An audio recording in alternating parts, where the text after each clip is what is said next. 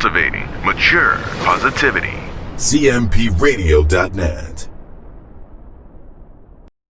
CMPRadio.net, it's the station. Listen, man, let's cultivate together. Bring us all your show ideas. Content creators, we're looking for that. Videographers, we're looking for that. You can be a part of the next great big thing that takes place right here in Chester, Pennsylvania. Let's cultivate together, man.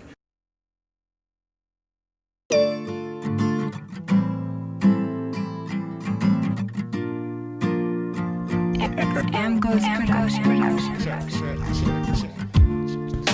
La la la la la la la. La la la la la la la. La la la. Behind the scene, my tears fall down. So many things have happened. The years go by and the friends you have for no more. Jealousy and envy. Wow, because you keep on grinding. People wanna see you fail, and although you fall, just move on. Crabs in a barrel, want what you have, try to pull you down. Don't wanna work, just wanna take. They also fade on me. The more you hate, I'll get lifted on me. The more you hate, I'll get lifted. You got your volume up? You got your volume up? Oh, you talking about the phone? Yeah, see, it's been a little while. It's been a little while. What's going on out there in Facebook land? I want to, first off, I want to say welcome back. I don't know if this is just for tonight, if he's going to be blowing back through sometime, but the original OG is in the building. Say what's up to the people, bro. Hey, what's up, everybody? So It's been a long blow, you know. It's been a little bit of a minute, but we back in business. I wanted to let everybody know that tomorrow night at 517 Avenue of the States, Dream Event Space, we're having an open mics, internet cafe, unplugged event. Of course, there's an open mic sheet. You come in, you sign that bad boy, you can get on stage and do something. It's a totally free event. It's free for the public. It's free for the people of Chester. We over here at the radio station, we are creating content. So we're giving people an opportunity to come out and do what they do to show how great this community is and how deep we are steeped within arts. So that'll be a good thing. I also wanted to tell everybody, you can, if you're on TikTok, make sure you follow me and like my page on TikTok. It's Mind of the Storm on TikTok. If you are on YouTube, please subscribe to my page, which is Mind of the Storm on YouTube. You know, it's just like that. Boom. I have a lot of my videos are posted on there. I'm working on more content right now. I've just been real busy actually creating content. It's a lot going on. You can also friend request me on Facebook, Michael Storm Miller on Facebook. Also, Quiet Storm the Poet on IG, or Open Mics Cafe on IG. That's me knowing I'm damn near 50 talking about IG, like abbreviating stuff. IG. Makes me feel good inside. What's going on, Tyrone? So tonight's topic that we're going to talk about, did I forget? I feel like I'm forgetting something, some other information I was supposed to pass. But hey, we got tonight, and we got plenty of time, so if I recall, I'll let you know. So tonight, we've had this conversation before, but we're talking about different perspectives and how we handle things, and you know, that whole perception versus reality thing. You know, I've had a lot of stuff going on in my life here lately, and it's been taking me in and out of like these kind of dark places, but they're not really that dark. I'm learning that I think I'm growing. And I know it's weird to say and to say it out loud and to hear somebody say, hey, I think I'm growing. But I do think that I'm growing, and I think that I am elevating in my thought processes, because stuff people would have did to me a few years ago, I'd have been ready to poke out somebody's eye. And now things these days, it's kind of like, well, you know, it is what it is. I'm finding myself laughing more in life than being angry in life. And it's a beautiful, beautiful thing. But I always have to think to myself about how did I get to this point? And I think back to how I used to look at things. You know, your perception of something, it's molded by so many different things, like life events, life choices, the way that you interact with the world around you, the household you grew up in, what the climate and culture of your home was. Let me tell you something. Your perspective, it's a wild thing. And it's normally fueled and driven by your emotions. Or should I say that will be the other way around? Is your emotions fueled by your perspective? Because let me tell you something. If you had a hot dog cart and somebody moved in next to you with a hot dog cart and started selling hot dogs as well as you selling hot dogs, you know, you could be ready to choke them out, because your perspective on it may be, you're taking food out of my kid's mouth. You're moving in here, you're taking away business from me, and you be ready to freaking knuckle up with somebody. But can anybody say that a person that feels that way, that they're right or wrong for the thought process?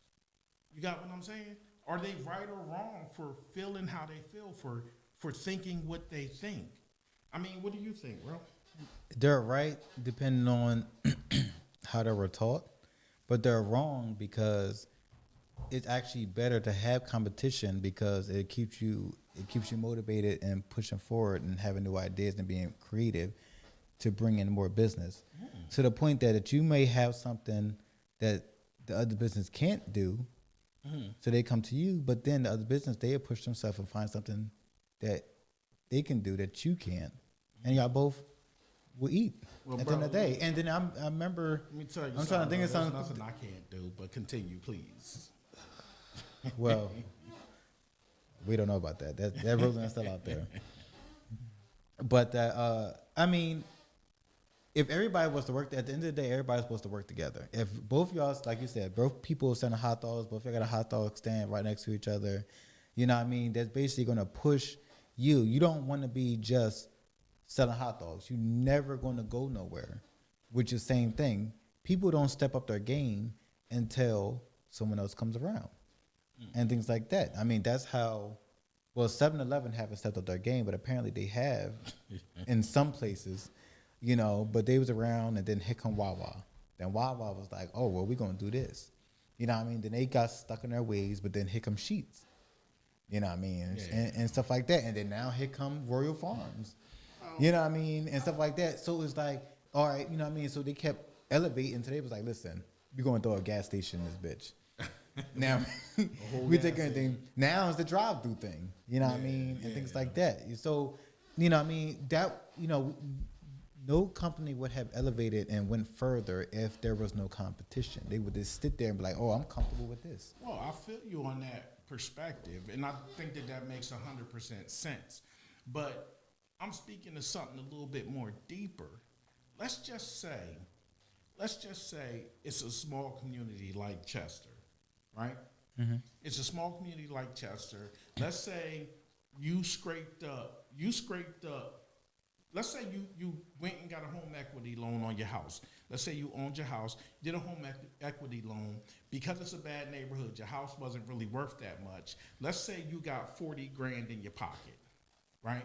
So after you did your home equity loan, you took that 40 grand, which now gave you a mortgage on your house of, let's say, $800 a month for the next 30 years, when before you was only paying your taxes every year.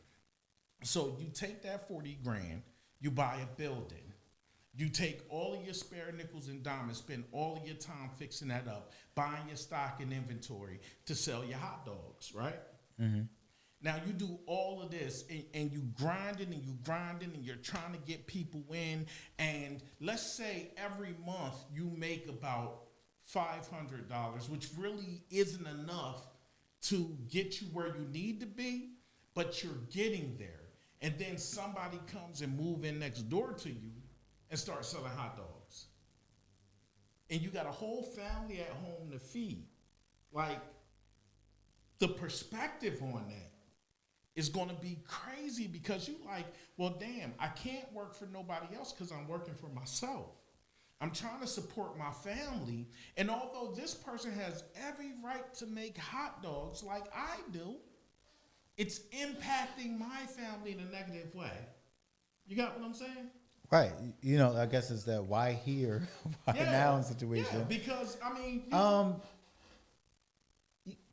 Well, maybe that other person has the same thought process. Maybe they couldn't go anywhere. Maybe it was more affordable because it was affordable for you to buy that building there. And they was like, oh, I want to do that same thing. But damn, I've been doing my research and come to find out it's the same way. That area is cheaper for me to buy that building, and just so happens right next to it is there. And I believe that, like I said, if the person who comes in second isn't malicious about it, and even come and speak to you and get to know you, be like, hey, you know what, dog, I don't want to raid in your parade. I'm open to business to sell hot dogs too. Bro. Ain't nobody going for that in the hood. Okay, all right. Since you want to bring the hood into the situation, let's talk about the drug dealers. How many drug dealers is in the same hood?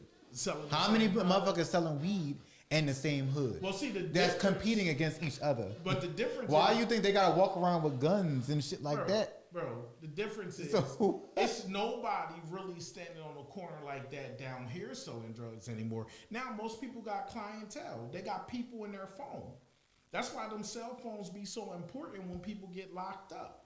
The cops want them cell phones and stuff. They want them cell records. Well, thank you, because you just rolled into my next thing that I was going to say. Go ahead, bro. Is what if that person decide to do a mobile hot dog stand, or just have a van driving around saying, hey, we deliver hot dogs to your house. If you do a mobile hot dog thing, that's something different.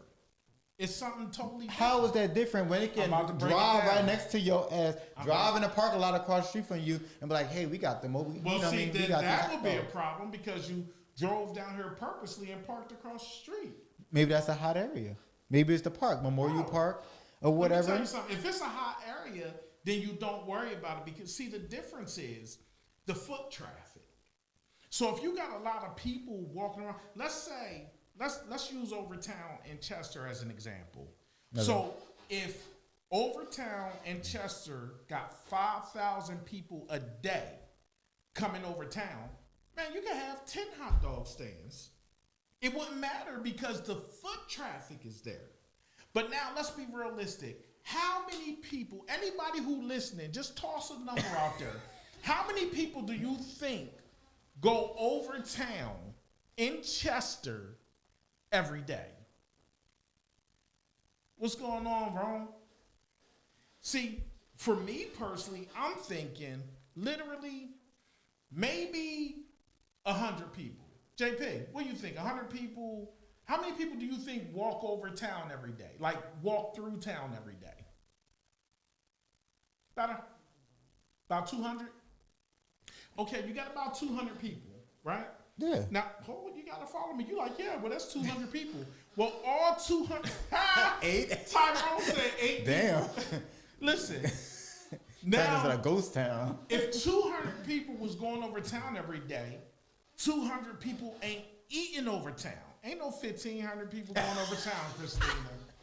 I understand you got faith in your heart. You're a good person, but ain't no 1,500 people going over town every day. Let me tell you something. It's so many people that live in this city. Prior to me opening my cafe, I had not been over town, and like I didn't even know what was over there anymore. I didn't even know it was a bank over there. I didn't know it was a Wells Fargo over there until I opened up the cafe because I never went over town for anything. You know what I mean? I didn't even never go to the post office. I would always go to Brookhaven's post office. You got what I'm saying? So what I'm saying is, it's a lot of people out there just like me. Now, there are a couple of places over there where people get their hair done, but I guarantee you, most of that clientele, they're going to go get their hair done, and when they done, they hop in their car and leave. The only people that's really eating over there food-wise is at the Cambridge, and how many people in the city is really bumping out the Cambridge, you know? So back in the day, when we were little kids, Overtown was jumping. You going over there to get sneakers. Remember they had the record store over there? They had everything over there. Everybody would go over town. And it was like a place to go. But back then, in the 80s and stuff, the late 80s, people started going up Philly, up 69th Street and stuff to get their clothes, because the clothes up there were different from the clothes down here. So all the drug dealers and stuff, that's where they went to go get their stuff. When people would go out and stuff, that's where they were shooting to go out and all that jazz. But then come back home and had the shootouts and stuff. I don't get it, but you know, it is what it is. Nobody is really messing with Overtown like that. So the point I'm trying to make is, the guy who has the brick and mortar hot dog stand, if he opened that up over town, he's making the bare minimum money. So the moment somebody comes over there and open up a hot dog stand, then he got to fight for his livelihood. And his perspective on that might be, you trying to hurt my business, where the other guy who opened up the hot dog stand might be thinking, well, you had a good idea, and I guess, you know, whoever sells the best hot dog is going to make the sale. You know? So it's different. People look at things differently. Let's see. It's the hard truth, dog. So They said the only people eating is the parking authority. Why y'all gonna feed them motherfuckers right now? Well, eating After they give you a ticket. Let me see. They said, laugh out loud. Christina said they got Chester Pizzeria in that corner store. That corner store. In Showwell's, you know. Showwell's still there too with the bean pies. Let me tell you something. But see, all right, Showwell's is a perfect example of what you're talking about. They still there, right? And how many motherfucking spots came through? Bro, remember the place literally right next to Showwell's? Let me tell you. That was actually a hot dog place around the corner on the side. Hold on, wait. But what you're not realizing is they're all different stores. Now, let me run this past you. Overtown, in the very beginning of Overtown, it used to be a sneaker store. I can't remember what the name was. It may have been Grand's. I'm not sure what that first sneaker store was called. They said Grand's. But as you went along Overtown, there was actually 3 sneaker stores over town, right? So then, slowly but surely, sneaker stores started closing down. You know why? Because now you have 3 stores selling the same sneakers, and it boiled down to what store somebody like going to. So if 10 people like going to the first store, that's the first store that's going to go, because they're not getting a clientele. Then the Chinese people over there got smart. The one near Showwell's, they got smart because they hired people from the community to work in there. So now people going to their homie to buy sneakers from the Chinese guy. But the white people who owned that first sneaker store over there, man, they lost out. They wound up, the one that was next to the record store, they lost out. And so they wound up having to shut down. Let me tell you, you can't, in a situation like this here, in a degraded community, man, everybody can't do the same thing. Let's talk about them Chinese stores. Now, you see a Showwell's over town, right? Mm-hmm. Then there's one on 3rd Street, right? And then there's one all the way on the west side. If you ever notice, now, hold on, wait. Matter of fact, let me break it down even farther than that. You got number 1 China. We probably got about 10 Chinese stores that serve Chinese food in Chester. They all serve the same kind of food, but they're not across the street from each other. That's the difference, because they know that they can serve certain sections of the community and everybody can make their money. That's what Chinese folks do. Mm-hmm. You got what I'm saying? So Yeah, well, tell me, how many Chinese stores are over town selling shrimp fried rice? Break that down to me. How many Chinese stores over town are selling shrimp fried rice? See? Now, how many Chinese stores over town are selling pizza? One. but see, One is selling shrimp fried rice. One is selling pizza. They do complementary things. So the average person can go to whatever they're going to go to, but they may go get this pizza on this day, and then they may eat at Showell's the next. Showell's got a bus stop right in front of it. So people may run in there to get some food real quick or when they get off the bus. Now, you have another store, I don't know what this is called, but it's right across from the train tracks. It's on Welsh Street, and they sell food there. So they got the people from the bus depot coming over and anybody that's specifically coming over to look for their food. But what I'm saying is all of these foods are different. They're different. You know what I mean? And to me, Chinese chicken wings ain't the same type of chicken wing as a soul food chicken wing. It's not the same thing. They're both chicken wings, yes, but they're different. And I mean, I was talking to JP earlier and he pointed out something to me. If McDonald's and Burger King is on the same block, yes, they both got burgers, they both have fries, but it's not the same kind of food. It's on two different levels. And either you love Burger King or you love McDonald's. But the big point about that is they have enough money to where they can put their stores in places that have decent foot traffic. Decent foot traffic. And the problem is, Grown Man said collaboration, not competition.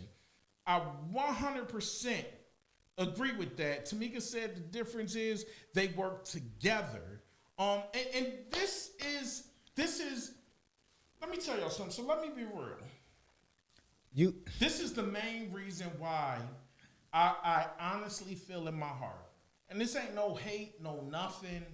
But this is the reason why I think that it's really hard for black communities to grow. Because we were crippled from pig laws, Jim Crow, segregation, slavery, whatever you want to call it, redlining, gerrymandering. We've been so crippled that for us to do something or to get something, everything has to be a fight or a struggle. And nobody in this world, I don't want to say nobody in this world, that's a gross exaggeration. A lot of people that are non-African American don't trust African Americans. And the sadder thing is, African Americans don't trust African Americans. But why is that? It's because we've been taught to be that way. We've been taught to be in competition with each other. We've been taught, we don't know what it looks like to grow together. We don't know how. Let me rewind that. I can't say everybody, because I don't live in every community. There are successful black corporations and successful black businesses where people are working together and making things happen.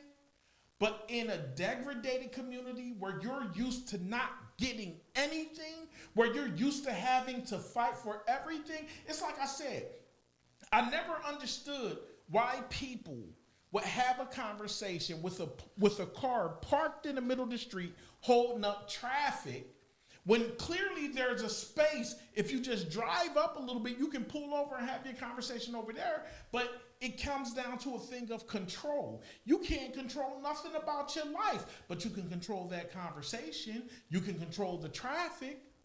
You can look at a motherfucker and say, you gonna wait till I'm done. You can have your attitude and take your pain out on everybody. You can go home and take your pain out on your girl. You can go home and take your pain out on your husband. Because, see, these things are part of your world that you can control. But the things you can't control is the things that are deeply rooted inside of our psyches. It's the honest to God truth. is some of us feel like we literally have to crush each other because we think that that's the only way it looks like we're growing. How's the God truth? Got to think about it. See, it's so funny. I keep trying to tell people, so I believe that we all have purpose. I think that we all have freaking purpose. Funny part, we don't know what our purpose is. We just know what we want. But see, innately inside of us, God has given us the tools that we need to survive and grow, to flourish actually. We all have talents. We just fail to recognize them. Let me tell you something. If I told you to tell me what all of your positive attributes is, you can probably pull out about between 5 to 10 things. But if I asked somebody that cared about you what your positive attributes were, I bet you they can pull out about 50 things. Because we don't never realize our greatness. We just don't. And I know I'm going off on a little bit of a tangent here. But the whole thing that I'm trying to point, as I pull myself back in, and as I breathe a little bit, the whole thing, my bad, bro. The whole thing I'm trying to point out is simply this.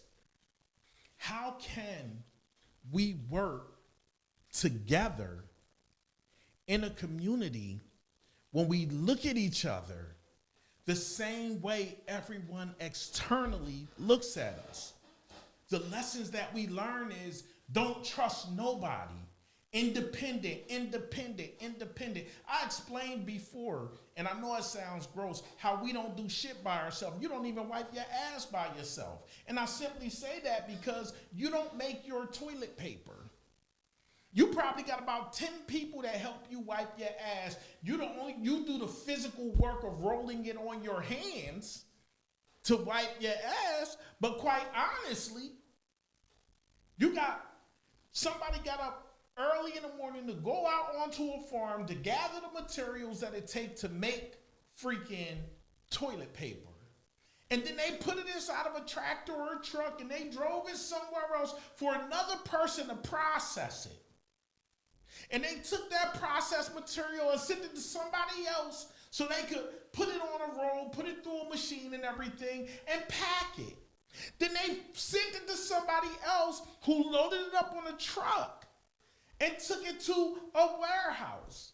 And then it left from that warehouse, somebody took it to a supermarket where somebody else put it on a shelf and you walked into the market, you grabbed it, but somebody had to ring it out. So what I'm saying is we make this crazy assumption that life, we are independent. We are independent. Let me tell you something. When COVID happened and shit shut down, if we were so independent, most of America wouldn't be sitting at home waiting on a check. When the supermarkets ran out of stuff, people didn't have shit. You know why? Because you're not independent. This is all I'm saying. But if we all worked together, we did a community garden, we taught each other how to garden, how to raise food and everything, and we worked together, no one person would be independent, but you'd be better off because you would have the knowledge. And once you have it up here, nobody can take it. Nobody can do anything about it. All right, that's the end of my tangent. And Ro just let me, Ro ain't been here for a while, so Ro just like, I'm going to let him do what he doing. I'm going to sit over here and write. Let me tell you something. Perspective is everything. Back on topic. Perspective is everything. So what I'm saying is, if you today, you sitting at home, you went and you opened a business and you were selling t-shirts and somebody came and opened up a shop next to you and sold t-shirts, your perspective on that situation may be, this cat is trying to hurt me, hurt my business, hurt my family. You got what I'm saying? The perspective may be, and depending on who it is, because let me tell you something. Some people, they're not just going to respond with words, they'll respond in violence. And some people might not straight up come to your face, but they may know somebody with some gasoline and matches. You got what I'm saying? It's funny how perspective, how we react based off of how we perceive a situation. And it ain't really got to be that way. It might have just been somebody interested in selling T-shirts, and it just so happened they started selling them around the time you were selling them. Listen, at the end of the day, if you was good with that, like that, with the business and your skill, you won't see nobody as no threat moving next to you doing the same shit you're doing, because you already know what the fuck you're doing. Let me tell you something. And you know what you're capable of. I disagree. You disagree. Why would you disagree with that? So basically, you saying is, if like you said, if you know how to make these shirts, and you know, I know the shop, I know what the fuck I'm doing, I got clientele and all that stuff. Yeah, I might lose some people. That should be in the business, your business mind anyway. That I'm going to lose customers any fucking way. Let me break this down. So if I'm going to lose these customers anyway, and I know what the fuck I'm doing, I'm gonna just gain more customers. This motherfucker come here, okay, cool. I got competition and. Let me tell you this. Let me break it down to you. I'm going to break it down to you, though. So by your very definition, I'm going to take your definition, I'm going to move it to something else. I'm an expert shop. Okay. Right? Okay. So someone who is not an expert shop can be just as dangerous to me as I could be to them. They can shoot me on accident. Because maybe they don't have good gun handling skills. You know what I mean? You talking about two gun shops? Shops? No, I'm just talking about Why would me they get- shooting and someone else shooting. I'm an expert shooter. Let's say you go to the gun range to shoot your rifle. And let's say you're an expert shot. Let's say the person in the stall next to you is a beginner. What I'm saying is, just because I'm really good at what I do don't mean he can't hurt me. Okay. That's all I'm putting out there. Yeah. So you can be the best hot dog maker. You could be the best pancake flipper. You could be the best anything. That doesn't mean that somebody entering into the situation or scenario can't hurt you just the same. No, I'm not saying they can't hurt you. Yes, they can hurt you because, like I said, let's say you did basic T-shirts. You know, you did writing as well. You want to say it. This second person comes up. And they doing the prints and all that stuff, and they could throw water on the T-shirt and it change colors and all that type of shit. Yeah, they're gonna hurt you. Yeah, like damn, they could do all that shit.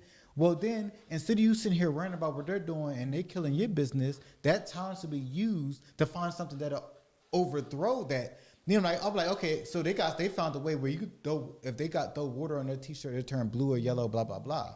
But I'm like, all right, let me find something where my T-shirt could be interchangeable. It could be reversible or something like that.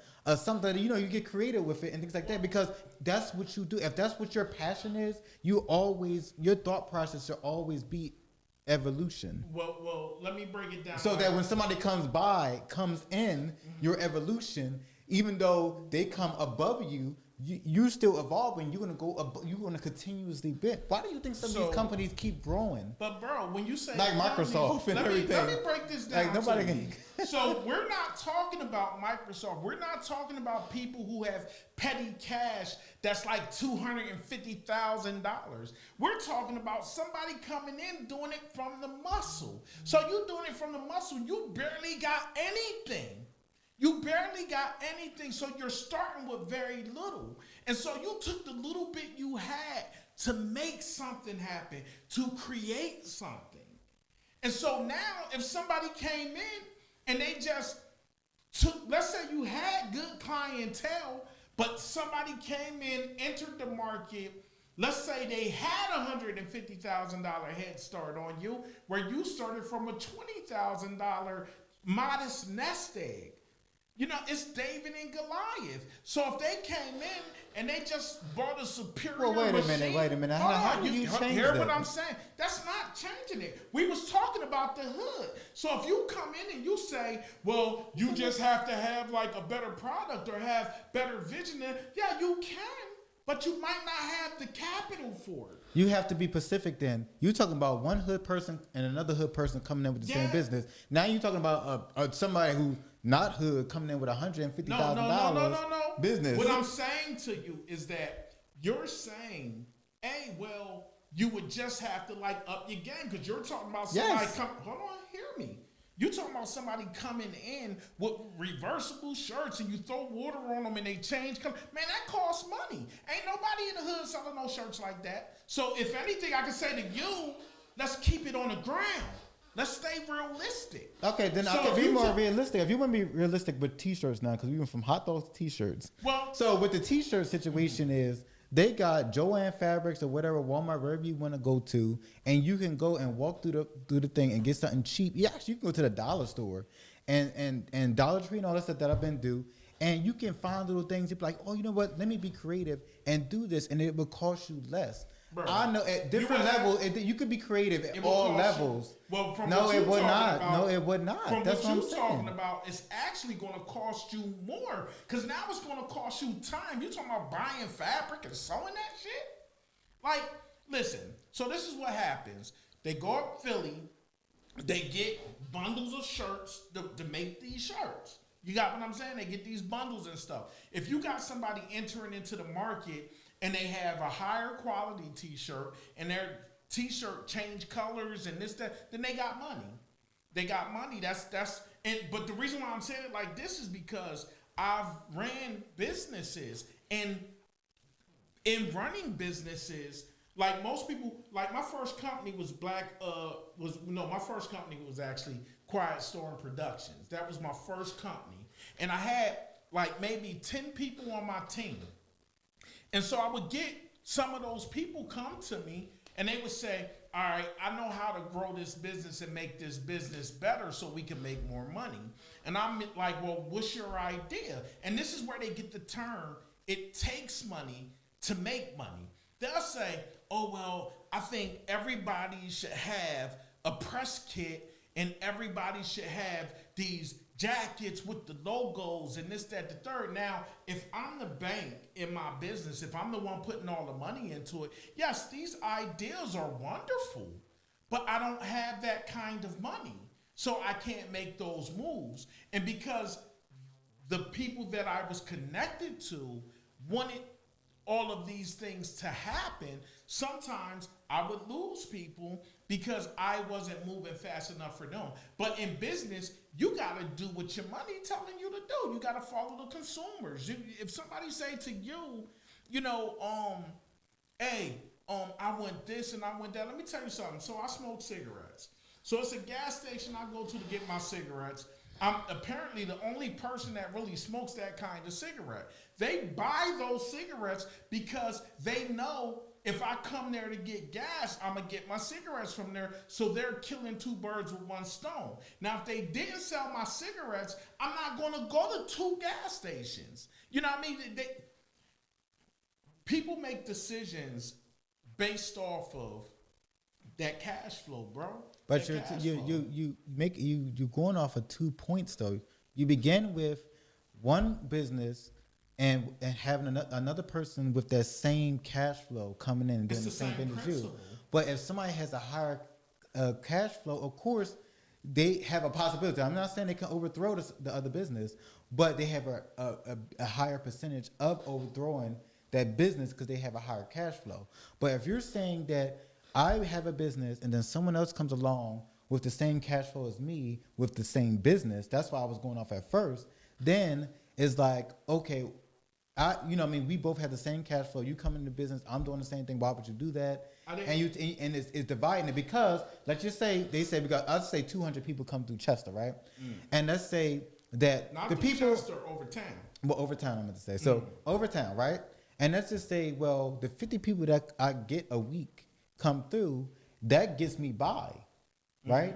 Mm-hmm. But then now this other business that got the same cash flow as me decide to do the same shit. Now that 50 people might be divided between both of us, and now none of us is eating and actually losing. That's the point I'm making. But you talking about somebody coming in with $150,000 and all that stuff. No, that's what I'm saying. You saying two different things. I was not saying two different things. Listen, it applies to hot dogs. It applies to T-shirts. It applies to cars. It applies to computer repair. The definition for business does not change no matter what business you're doing. The only thing that changes is the amount of startup money. Advertising is the same for every business. business, unlike people, will never change on you. No, Business, unlike people, will never change on you. So the scenario didn't matter. What happened Yes, was, it does. Hold on, you got to hear me. You keep interrupting me, so how can you hear me? So where the problem came in and where the scenario wind up changing up, because once you started talking about it, and you could go back later and look at this. Once you started talking about it, you started talking about somebody having a superior product. So now, because I've run businesses, the only way somebody is going to have a superior product than what I'm putting out is if they're spending more money than what I'm spending. So now they have more money to do the same thing that I'm doing. So most likely they can overtake me. It's kind of like if you go to the casino to gamble, right? Let's say you go to the casino and you win $10,000. If you sit there all night and gamble with that $10,000, you're going to lose. And the reason you're going to lose that $10,000 is because their money is longer than yours. Most of the time when people money longer than yours, you're going to lose out because you can't take the same risk they take. You can't make the same moves that they can make. Let me tell you something. It's just logical business. Now, I want to go back to the point that you made earlier, which was where I was really trying to go with it. If we're splitting up, let's say 200 people are coming over town, and I open up a hot dog stand or a hot dog business, and you open up a hot dog business right after me. Now we're splitting that money, and neither one of us is going to make enough money to stay open. So really all it boils down to is who can outlast who. And that's the mindset of the people in this city. It turns into who can outlast who. Then people start doing conniving things, trying to cut you off at the knees, trying to tell somebody, oh yeah, they had a rat in there last week. They doing little stupid shit like that to try to get that extra sale. You know what I mean? So that they can last longer. This is why we can't elevate. Because everybody's trying to do the same thing. Everybody can build a better mousetrap. Everything, let me tell you something. It's just not, it shouldn't be that way. It's just the wrong way to be. I mean, I just see it that if two businesses doing the same thing with the same cash flow, they both lose unless they work together. Now, but if one of them do come in with a little bit more money, they of course going to probably last longer because they're going to advance because they got more money. More money. You know what I mean, yeah, even that's what I'm basic saying. math, they'll be able to pay their bills longer than you'll be able to pay yours. Yeah. That's all it boils down to. So eventually, you're losing out. Only way it's going to happen. But this is what I was talking about when it comes down to perspective. That person who starts losing out, especially if it was the first person who did it, if they start losing out, the perspective of the situation changes. Now all of a sudden, somebody gonna have to die. Now all of a sudden, I'm gonna have to punch you in the face. Now all of a sudden, yeah, because what it boils down to is anger. Because once again, this person who may have scraped up their last dimes to follow their dream and start a business, to have somebody walk in and shit on them. That's what I'm saying. And in these communities, it happens all the time. You know what I mean? It's in this city, it's really not a whole lot of originality. And because it's not so much originality, I don't know, gets a little crazy. You want to read some of the comments here? I forgot to give you that earlier. The rolling. Let me go up a little bit. Sigmund said that's going to make you work harder. Pretty much what I was talking about. Well, you're going to work hard. Let me tell you something. I mean, you're going to work hard, if but it's you going to make you open work up a harder. business, you're going to work hard. When I opened up my cafe, I was there every day, sun up to sun down. If you open up a business and you serious about doing business, you got to be there. So you're going to work hard. That goes without saying. She also said money don't make you. It takes money to make money. But It does take money to make money, but it's not about whether or not money makes somebody. See, let me tell you something. So I'm going to be the first one to tell you that money is a tool. It's much like a hammer or a nail. It helps you to do something that you need to do. That's all money is. At the end of the day, I don't give a fuck if you had $100 billion. A dollar buys what a dollar buys. If you got $1 from a poor person and $1 from a rich person, it makes no difference. They'll cancel each other out. It's the same value. Money is a tool. That's all it is. So it's not about whether or not money can make somebody. And it's the funny part about it is money can't make anybody, but a person definitely can break somebody or take somebody to a breaking point. it depends on what you do with that dollar. They both worth the same thing, bro. Yeah, they both worth the same thing, but it depends on what you do with it. $1 from a rich person will buy $1 worth of bologna. $1 from a poor person will buy $1 worth of bologna. If a rich person went and tried to buy caviar with $1, they can't afford it. If a poor person tried to buy caviar with $1, they can't afford it. That's just the way that it goes. What I'm trying to point out is we focus too much on what $1 is. And at the end of the day, I'm not even talking about money, but that shows that the conversation is just missing people. It's not about money. It's not about money at all. It's about the perspective of someone trying to build and trying to take off, and what keeps us not even able to jump from the ground to create any lift in our community. Why? What is the problem? And we're all walking around here talking like everybody's a Rockefeller. Or we have this mentality that keeps us from growth. Our mentality is our barrier to entry when it comes to business, because it all boils down to, oh, well, it's dog eat dog. It's dog eat dog. Well, I'll tell you what, let them dogs keep eating them dogs. And I guess the last dog is going to be the fat fucking dog, because that dog ate the last dog that ate the last dog that ate the last dog. But the only thing that we know for sure in a dog eat dog scenario is only one dog can be left. It ain't about dogs eating together. It's not even about dogs eating cats. But it's dogs eating dogs. That's what it is. It's real, weird, ridiculous. I'm telling you. Mary said, good evening, gentlemen, good evening. Hey, Mary, how you doing? Christina said, two people can sell all the same products, but how they go about advertising customer service is what's going to keep customers. You have to do something that sets you apart from others. Yeah, no doubt. And I get it. And you know what? It's so crazy. I'm not going to say the name of the company, but where I live at, I have internet from a certain company, and they're the only ones there right now in that area. Mm-hmm.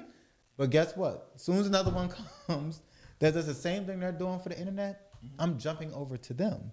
Because that customer service, I'm not saying it sucks, and then they overcharging.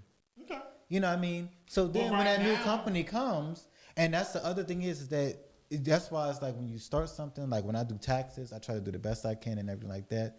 So if someone else do come along and offer them to do taxes, even if they offer it less than what I'm going to do it for, they still going to have me do it. Because they be like, well, I'm going to still have you do it. Somebody did say they could do it for $75, but you say you could do it for $100. But your service was always good, so I'm going to stick with you. But then you get, like I said, the company, the internet company, the service was bad. They're going up every year. And then when another company comes in and they start losing all their customers, then it's like, oh, they came in. But it's like, I'm not saying what you're saying is wrong, but it's always a flip side to it too. But I hear what you're saying. But once again, you're comparing oranges and apples. So if you say, okay, my internet stop. Because if it's an internet company that's pretty much servicing the whole area, we're not talking about a business surviving in a degraded community, in a degraded community. We're not talking about survival of somebody who scratched up their last couple of pennies. Well, I don't know what the story of the person who started that, but in order to have towers and stuff like that, man, you got to have a lot of money. Okay, So but there's some okay, well, little since you person want doing to, since you want to bring it back to a certain community, Well, a smaller community. well, because that's what this whole conversation is about. okay, but also with the smaller communities, it's still a problem with the small businesses. Some of them, you know, what I mean, I get mad. Actually, I get mad at them because I'm like, customer service. the is customer a service, problem. no, and not only the customer service, you're not open on time. If you say you're gonna be open at 9 o'clock in the morning and stuff like that, you should be open at about 9 o'clock in the morning to do your job, to serve whatever they're supposed to be. And then you get mad because the new company comes around that's doing the same shit in the community, but they're open at 9 o'clock in the morning. And sometimes they do be smart and open up an hour earlier. They do that too. But still, if you open up at 9 and you open up at 11 o'clock, I agree with everything that and you're that's saying. not on a I higher don't- level. I understand you keep I saying I'm don't- going higher level, but I'm saying stuff that happens on the lower level Well, as see, well. because It's the same what thing, no, to me. because what the actual scenario is just morphing into something else, and so now we're in because Christina started talking about customer service and stuff like that, and Tamika was talking about money, and it's going in 50 different directions, and it's not where it needs to be, and where the focus of it is. It's not about customer service. It's not about money. It's about why we can't grow in this community because of the constant competition that we toss on top of each other all the time. Like nobody can really get a chance to grow. And that's a big problem. Yes, customer service is a big problem in a lot of places. And that goes for poor communities, rich communities. Customer service is just a problem all around. I was just at Home Depot and the cashier was a dick. I promise you.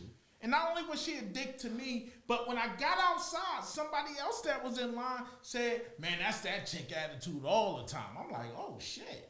You know what I mean? So it is what it is. What I'm saying is this. In our communities, we need to learn better how to work with each other or at least provide complementary services. So let's say this. Let's say everybody know I do spoken word. So let's say I open up a spoken word cafe, right? Now let's say you come along and you open up a jazz cafe. Now, let's say somebody else comes along and opens up a comedy spot. Now, somebody else comes along and they do a freaking dance party spot.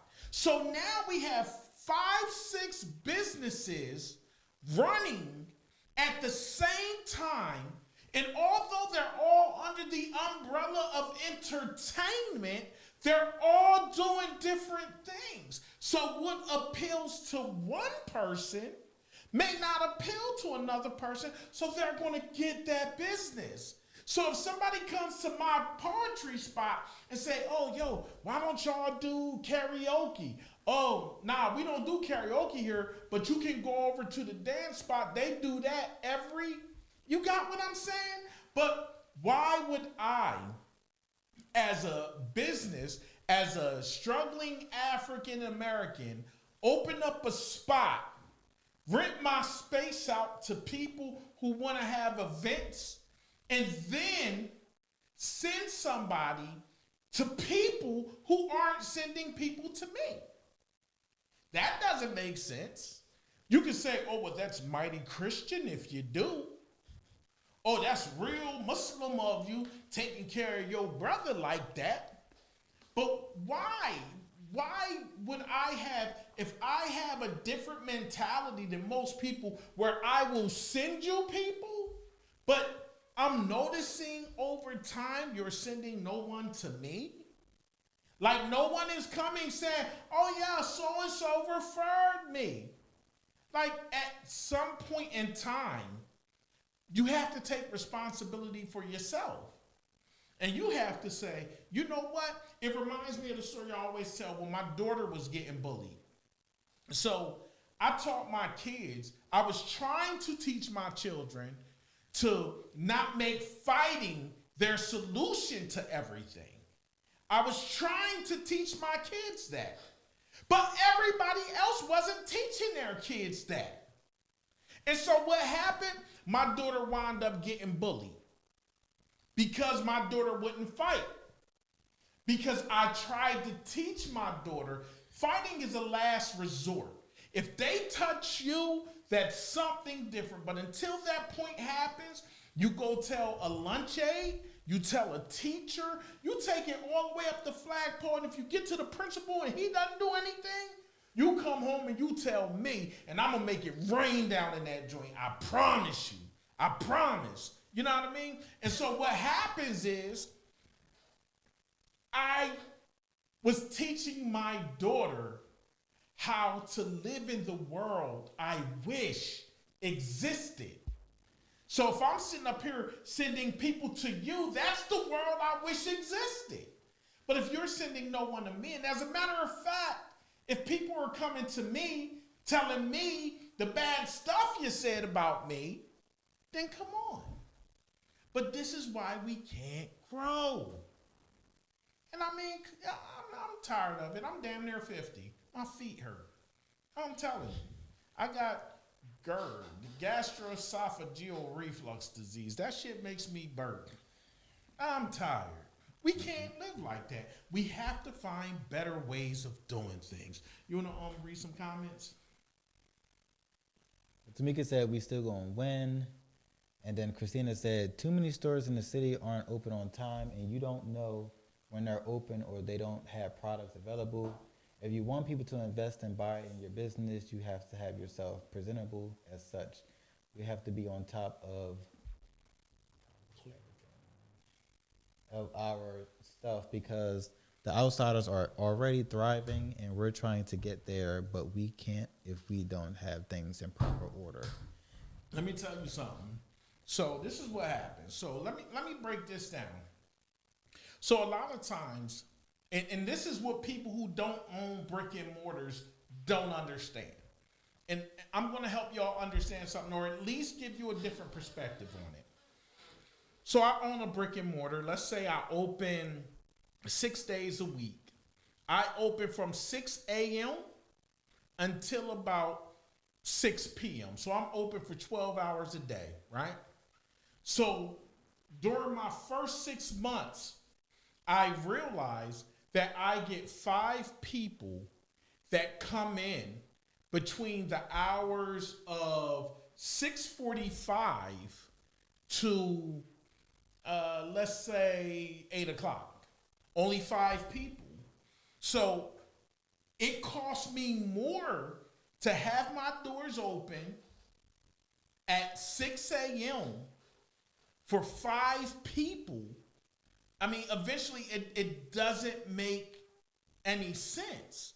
So it's like, well, okay, I'm going to change my hours. So you change your hours and then you find out that so many people, they go outside of the community to get the things that they want and need. And so it's a building process. When you first open it up, it's a while before you really even find out what the flow is. So you start in the hole losing a whole bunch of money. And a lot of times people decide just not to have their doors open at certain times. Or if they know these days are typically slow, like really slow, to the point where they may have had 3 customers all day, and let's say they're paying an employee, then they done lost way more money than they made. So it's a lot of things. It's really layered. It's not as black and white as everybody think it is. It's not. When you own a business, when you literally own a business, you have to put everything into that. And so we'll talk to people, hey, shop small, you'll give away some free shit. You try, like for instance, here you go, case in point. I hope I'm gonna talk about this radio station. So here's a space where we can control like the narrative on what we hear and what we see every day. We can give out news and everything.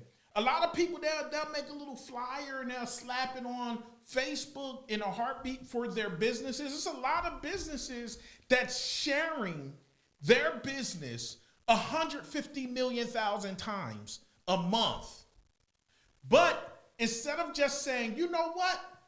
Let me go in the community to the radio station and get them to put my stuff out there, and I pay X amount of dollars to have that happen, we choose to go a different route. So then what happens is on the back end over here, where if we had, let's say we had 100 advertisers, advertising here could be a lot cheaper. You got what I'm saying? Could be a whole lot cheaper if it was 100 advertisers. See, we'll have things, but we don't nurture them for them to grow. It's just like a little kid asking for a fucking puppy. Yeah, it's a nice idea. We got this puppy, and everybody gonna pet the puppy and look at the puppy and play with the puppy, but nobody wants to clean up the shit. Nobody wants to feed it. Nobody wants to walk it. They just want to pet it when they feel like it. They just want to say, we have a dog, you know, and that's not me going off on a tangent or nothing, but what it is me trying to explain to everybody how hard it is trying to make something work when people have the mindset of, oh, well, all you have to do is this. It's easy to say that. It's just like for all you ladies out there who have children, when somebody try to tell you all you have to do with your child is this. And you like, number one, don't tell me what the fuck to do with my kids. Number two, they don't know what you've tried, what you've done, how much work you put into your family. I mean, come on. So you can't really speak on things when you've never done them. And then one more thing that I found out about a lot of people just in life in general is a lot of people give out the same advice that they don't even take themselves. You know what I mean? So it's really tricky navigating these circumstances. It's really tricky navigating having brick and mortars. And what makes it even trickier is when you're in a degraded neighborhood. And what's even more trickier than that is when your own people become your hurdle and not somebody you're passing the baton to. It's more trickier when your own people become a roadblock. Or, as a matter of fact, it's even trickier when they just trying to hop on your back so while you run around the track, and that's how they make it around the track. So every time you do a lap, they do a lap by proxy, you know?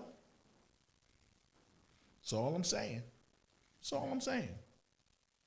So we need to open up our minds a little bit more.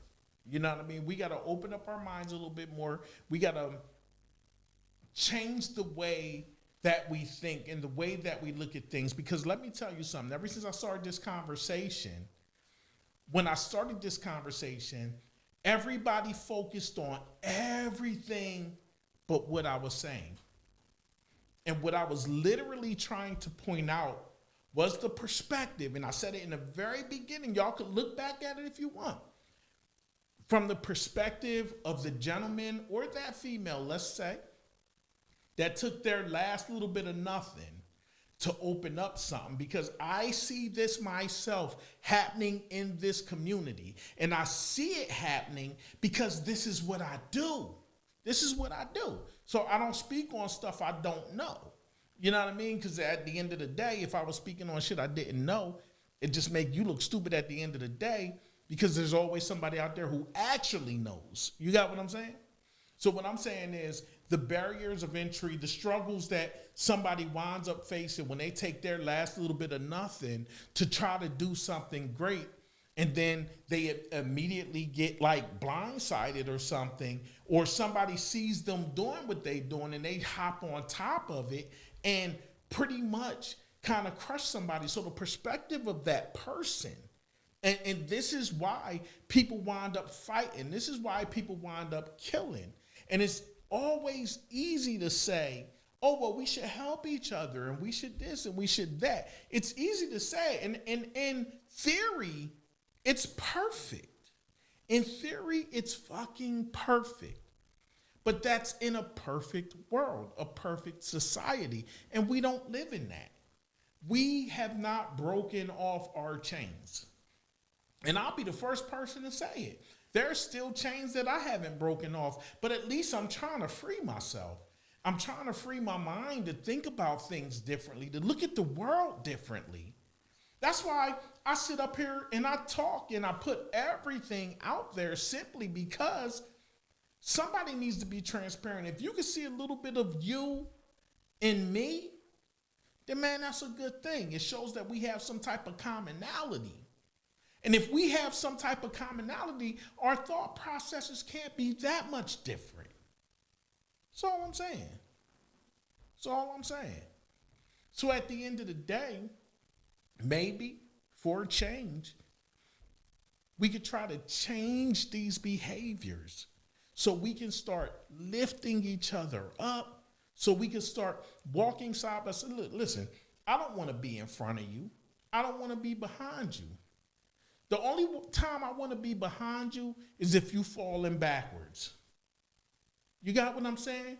The only time I want to be in front of you is if I have to show you the way. But I'll walk beside you gladly and proudly so we can get to where we need to get to. But it's impossible to do that when everyone wants to be either devil's advocate, or if everybody, see, half of this neighborhood, it probably either, no, I don't want to say half, that's an extremely high number. Let me stop. So a lot of business owners that I know used to sell drugs. They used to sell drugs, and that's where a lot of them got their business knowledge from. But what they don't realize, it's the same thing, but it's different. It's the same thing, but it's different. See, I go replenish my stock in inventory, but you re-up. You know what I mean? It's okay when you came from a culture of everybody running up to the same car with the same fucking bag. But you don't see Ronald McDonald and the Burger King running out to drive-thrus with these burgers trying to sell them. And even if there was, it'd be two different burgers, I guess. Bro, like, what just happened? Why are you talking about these guys running up selling burgers? But I'm saying, though, when you look at the world differently, when you grow up under different circumstances, when you see things differently, when everything becomes survival, then anybody standing next to you is an obstacle. And what do we do with obstacles? You find the best way you can possibly find to traverse that, because you don't want that person to stop you. So it becomes a competition. It becomes a situation where people can't come to the table, sit down, and come to agreements and come to alliances. I mean, hell, it'd be nice if people can get out treaties or something. Shit, let me tell you something. It was an African lady named Mimi on the corner braiding hair over town. And then there was another young lady, African young lady named Ada, braiding hair over town. And neither one fucked with each other. And they'd be mad. Oh, this person did this to try to ruin my business. This person did that to try to ruin my business. This person did this. And just going back and forth. Y'all both braiding hair. And that is the true problem. Y'all crossed the street from each other, braiding hair. And one of y'all was there first, and somebody came second. And now, instead of one shop making the maximum amount of money that they could make, they're actually splitting that down the middle. So both of y'all, well, one of y'all is eating beans and the other one is eating rice, but neither one of y'all gonna have beans and rice because y'all splitting that profit down the middle. That's why I say complementary services. How about you do these kind of braids and you specialize in these kind of braids? How about y'all sit down and talk about that? Oh, somebody came to your shop to get it. Oh, well, go over to Mimi's. Mimi do that. That's growth. That's how we grow. And unfortunately, because of the way that our society is set up, that's kind of like how we got to do things until we build this city up to where Overtown looks like what it used to. It's just what we got to do. Growth and prosperity. It doesn't necessarily come through competition. Sometimes it comes through just working together and creating situations where we can work together, where we don't have to be enemies. Just imagine, man, my heart is broken because I knew how great Overtown could have been had we come together and worked in a manner that would be consistent with growth. Man, one spot could have been doing freaking plays and everything, like Media Theater House. I think it's called Media Theater House. Like they do plays and everything else. So one place over town could have been putting on black plays and showing clips and independent films and stuff. And one place could have been painting and paint parties and everything dealing with that. That's your shit. But guess what? When you got 5 places doing 5 things, of course, if it's 10 paint parties a month, wouldn't it be better if the one paint spot had it? Why does the paint spot have 3 of those parties? This rental hall got 2 of those parties. This freaking hamburger joint got 1 of those parties. You know, it gets crazy. It gets crazy. So, I don't know. We got. I mean, I don't want to get all religious about situations. Get religious about it. Fuck. But no, it reminds me of how religion is when you talk about stuff like that. So it's like talk about like Christianity, and you know, out through my lifetime, or whatever. It's like I feel like this is Christianity. Everybody based off of this, but they're like, okay, I want to have sex before I get married. So I can't. I'm a Christian, but I want to have sex to get married. So now there's 2 lanes. Oh wait. And then. So are you saying you don't have sex before you get married? So apparently, no. In the very beginning, it's supposed to be. They said I was told in the Bible is that you ain't supposed to have sex till after you get married. Oh, I thought you was putting out a personal revelation. I was like, oh shit. But go ahead. Yeah, I don't. I don't have sex till I get married. But you know what I mean. And then so now you got 2 lanes, and this person is like, I can wait till I get married. You know what I mean? But I'm not going to be submissive. Oh, boom! Now we got 3 different. But I'm still a Christian. Yeah, but yeah. I'm that. So now you got 3. So now stuff will start dividing, and I think that's where people also need to begin with the thing. So let's say you got the business, and someone comes, and instead of you just building it up, why don't you come in and say, hey, well, what you got going on here? You know what I mean? I do that too, because I know some people that might be their talent, like their only talent, but they didn't have the financial, whatever the situation may be. They may not have been able to start the business at that time, and this person did. So I feel like it should be like they should come through and support and be like, well, I do this too.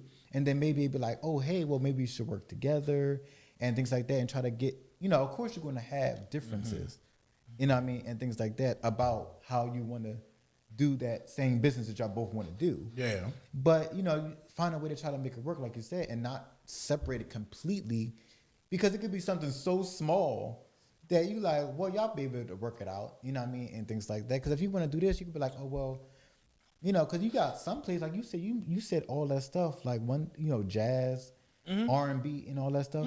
There's places, they got one place, and they just pick a night. This is R&B night. This is reggae night. Yeah, but this is pop night. And this be all at the same place. But so the problem is is that, okay, so let's say we had one building that did all of that, right? So the weekends are normally the most happening time in society. So the weekends is everything. So you can't do everything all on the same day. So it will behoove for people to have several different businesses. And I don't know about nobody else, but shit, if this jazz spot over here did soul food, and if this, poetry spot over here, if they had these crazy fucking sandwiches and shit that's out of this world, and if this, it creates more opportunity. Well, no, That's I mean, all I'm saying. that just got, when they divide. I mean, I'm not saying that having one building have everything. Yeah. They be separate, but just be smart and pick the correct days. Be like, oh, we don't. I know, and just be aware that this day I get most of the people, and maybe this day and that day, and then shut down other days, and maybe even go support one of the other businesses or something like that. Well, I don't know a all lot y'all be open every single day at the same time. Well, I know So a lot of then the y'all bars listen. do that. A lot of the bars in Chester, they do something called a guild. And so what happens is, I think the first of the month or like every other weekend or something like that, the owners of the bar will either come out their self or send a representative where they got to spend like $100 or something in one of the bars. So they take turns going to every single different bar that's involved in the guild in Chester, and it kind of infuses money into that business. And I think that's smart. That's a lot of business owners that got together and they said, well, yeah, we all have these businesses, but on some nights it's a little harder than other nights. And hey, this is a good way to, kind of like infuse capital into, our businesses. You know what I mean? It works out because people be there buying drinks for each other. They have a good time, have a good night. Freaking barmaids get to make really good tips and everything, so it works out. But this is what I'm saying. It's like for so many other things in our community, it doesn't work that way. So how do we get to a point where we can work it out? How do we get to a point where we can really make something happen together without always feeling like we gotta survive? Let me tell you something. A long time ago, I stopped surviving. I just started living. Let me tell you something. When I let go of my cafe, I stopped surviving. And the reason why I felt like I survived or was surviving is because I always had to fight. I always had to fight. I always had to struggle. And the one thing I thought would make me happy was really making me sad. It really became, it was so funny because in the beginning, it was like a hot air balloon ride. And I was soaring over the countryside. But the more I got to do it, no longer was I soaring through the air. I was like Atlas with the world on my back. And I couldn't put it down. You got what I'm saying? But once I got the courage to put it down, once I got to thinking to myself like, well, you know something? If I stop doing this, that don't mean nobody chased me out of here. It don't mean I was flat broke and poor. Like I was thinking about what everybody else was going to think about me for not doing it anymore. But see, I no longer saw the benefit in doing it because quite honestly, it wasn't making me happy. And so if it's not making you happy, how can you survive? How can you live if it's not making you happy? How can you grow if it's not making you happy? How can you wake up in the morning if all you know is struggle, if all you know is surviving? And it wasn't a struggle because of money. It more so became a struggle because I always had to fight my brother. I always had to fight my brother, and no amount of conversation could change that. And I got tired. You got what I'm saying? And so putting that down and being free has now put me in a space where hey, I could go different places and do shows and stuff like that, and I don't have to fight nobody. And now, even if somebody does something, the same thing I do, whenever I do it, all I do is laugh. Because it's like, okay, buddy, you know, if that's what it takes for you to be happy, then be happy. But nobody can touch my happiness anymore. I can't let anybody touch my happiness anymore. And even besides that, my happiness is so much bigger than the things that I do. My happiness consists of the people I have in my life, the things that happen to me that I really have nothing to do with half the time, the things I fall ass backwards into. When the sun comes out early in the morning and the sky got that weird bluish, like baby bluish look, but it still got them dark clouds, that's my happiness, man. When the sun is going down and it almost looks like the sky is on fire, man, that's my fucking happiness. My kids, watching them smile and laugh and stuff, man, sometimes they my joy and sometimes they just a pain in the ass, but that's my happiness. My happiness is when I'm in my garden. I planted onions, I planted a freaking, what you call them joints again? I know, freaking, you know, I got problems. I planted onions, potatoes, yams, you know what I mean? I planted a couple rose bushes. Let me tell you something. I was on my hands and knees. My back was fucking killing me. But when them flowers bloom, I did that. And it's so deep to me because what I put in the earth, what I breathe out, it breathes in. And what it breathes out, I breathe in. And it's a symbiotic relationship. I planted life. You got what I'm saying? So where my mind is now as opposed to where it was, it's so different. I can't be mad. Can't be mad at nothing, man. Do you. Do freaking you. You know what I mean? Yeesh. So I know that was probably a little off the subject again. So what I want to do real quick. Now, I just got in my little thing. Let me tell you something.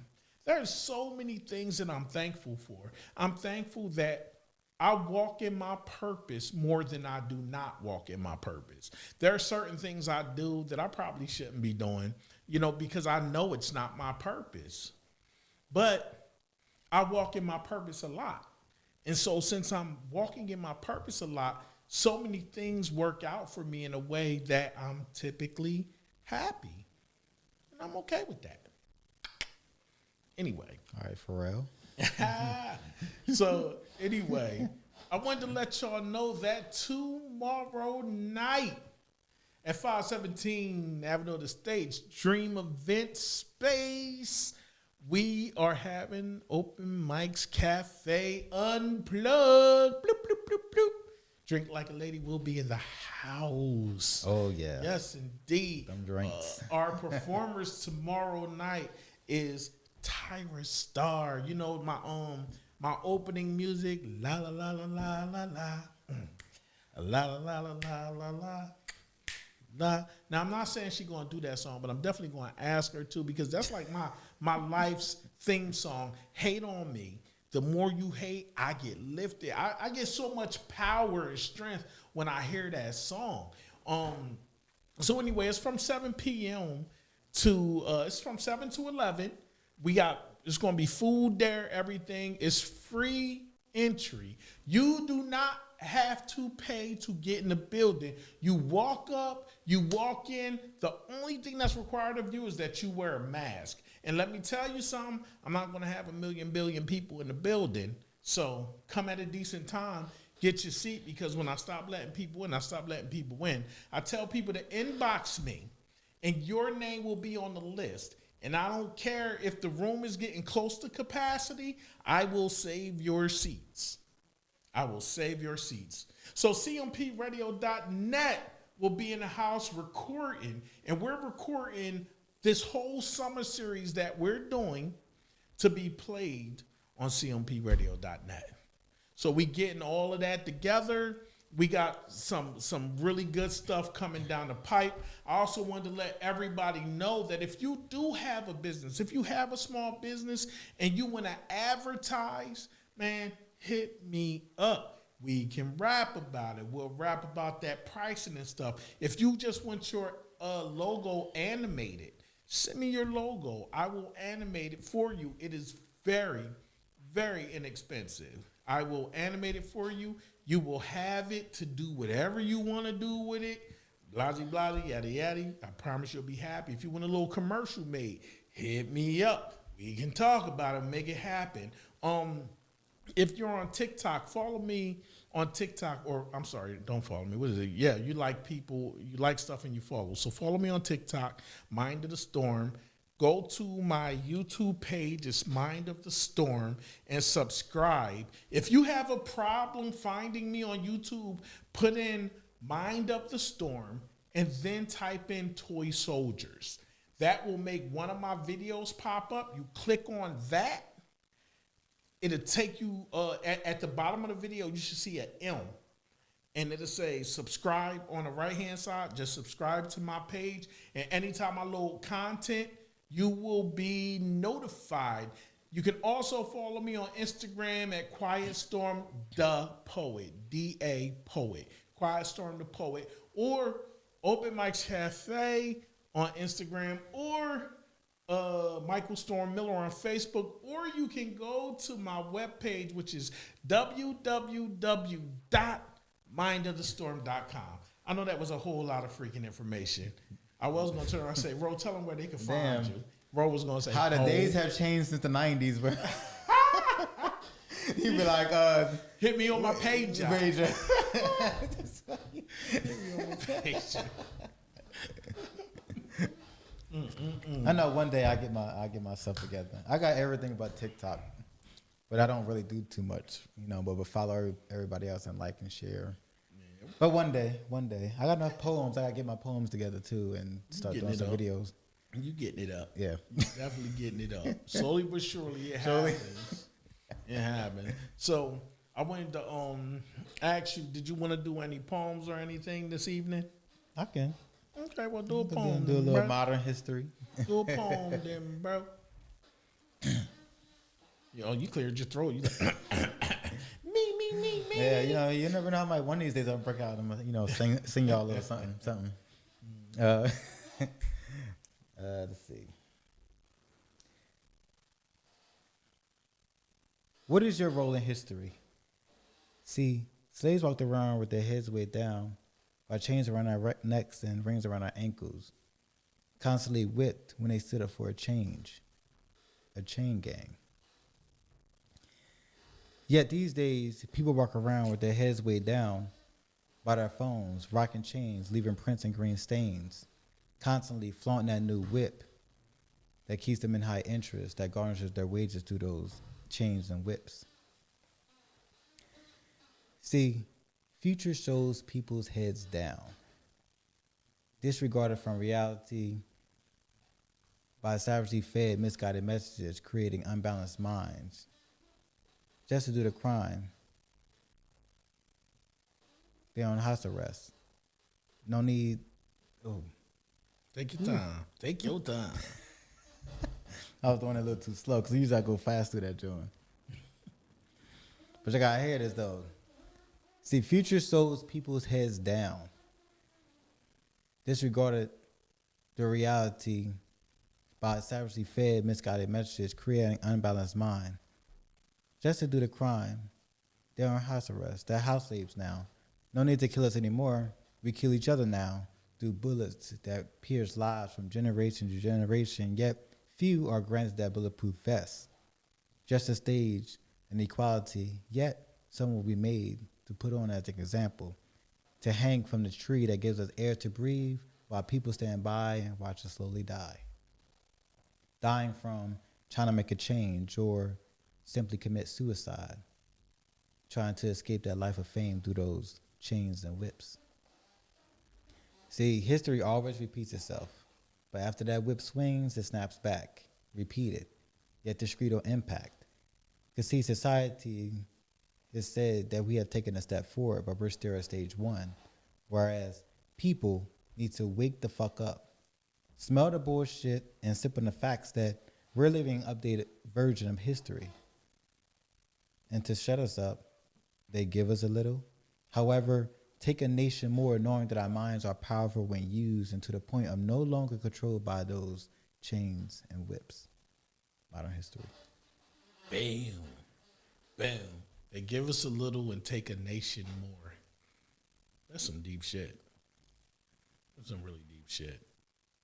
So at the end of the day, what I really want to run past everybody is that our mindset, the way we perceive things, our perspective on how we do things have been majorly influenced over the years by the situations that we come from.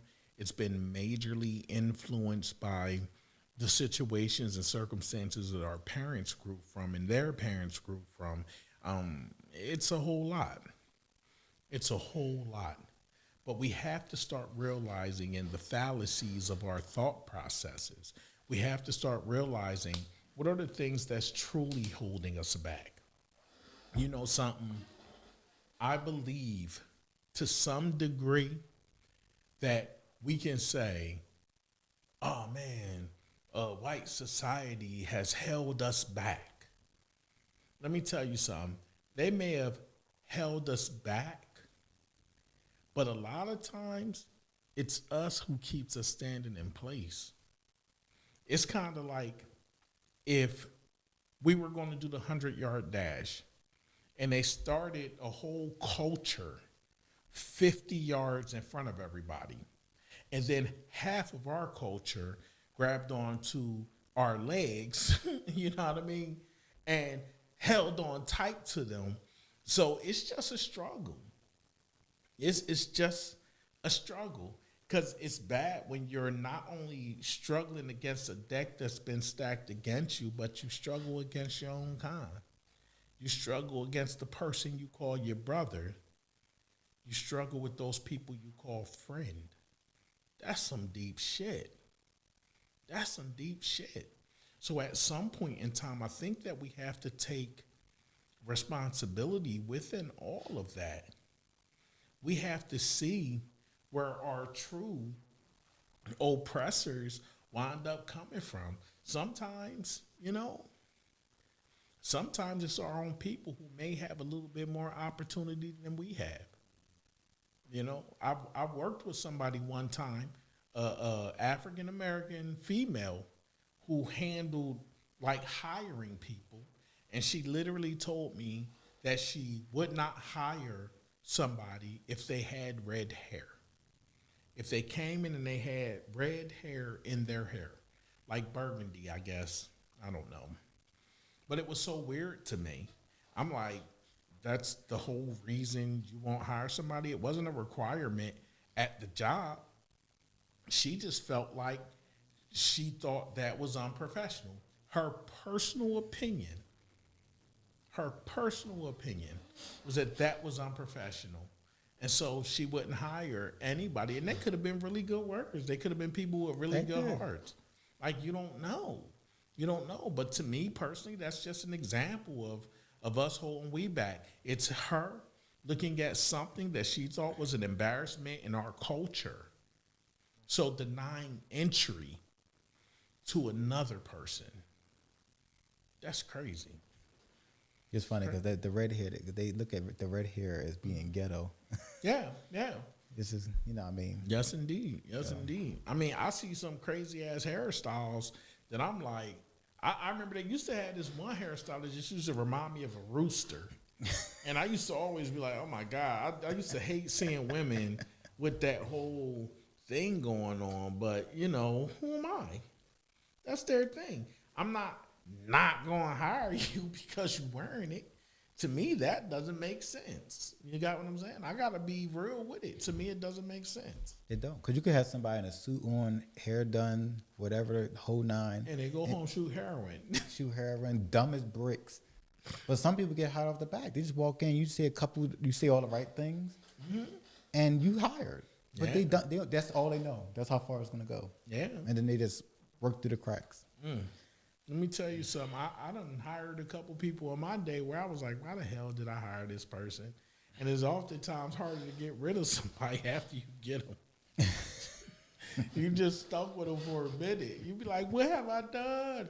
You know, but that just goes to show you can't hire people based off of like looks. I mean, of course you want to be clean and shit. You don't want somebody all crusty come and work in your front counter. But I'm like, have good demeanor, have a good attitude, you know, be positive, you know. It's how you do it. It's just how you do it. Yeah, when I open up the door, I want to smell something good. I don't want to smell something else. Talking about, that's the building. The sewage ain't working in the building. The sewage ain't working Really? properly. Man, let me tell you something. All I know is when it's all said and done, we really have to start taking care of each other, man. Start walking in your purpose. If you don't know what your purpose is, sit back, do some honest introspection. And I want you to ask yourself one question. What is it that I do with no effort, without even trying, and I just do it really well? That's probably part of what your purpose is. Because as I said earlier, I think that we all was innately born with something inside of us that helps us out. You're born with everything you need to survive. You know, the knowledge and the skill on how to, it's hardwired into you. And so you have some type of talent, some type of gift. And talents doesn't mean you can sing or tell jokes or do poetry. Talent at the end of the day can be anything. You can know how to build shit. You can know how to plant shit. You can know how to speak. You can know how to write stories. You got what I'm saying? You can be a motivator. Like you could motivate other people, motivate the masses. Let me tell you something. It's not always something artistic. It's just not. Shit, you might have really good organizational skills. Let me tell you something. You might be able to organize the hell out of anything. You got what I'm saying? That might be your purpose. You know, now, it's up to you on how you're going to figure out how to deploy that, how to make that translate into something for you. But there's something you fit perfectly into doing with your natural talent. And it'll be something that you enjoy doing because it comes so easy. Life shouldn't have to be about survival. You got what I'm saying? We should be living life, not surviving, not going paycheck to paycheck, not struggling. And let me tell you something, and tell me what you think.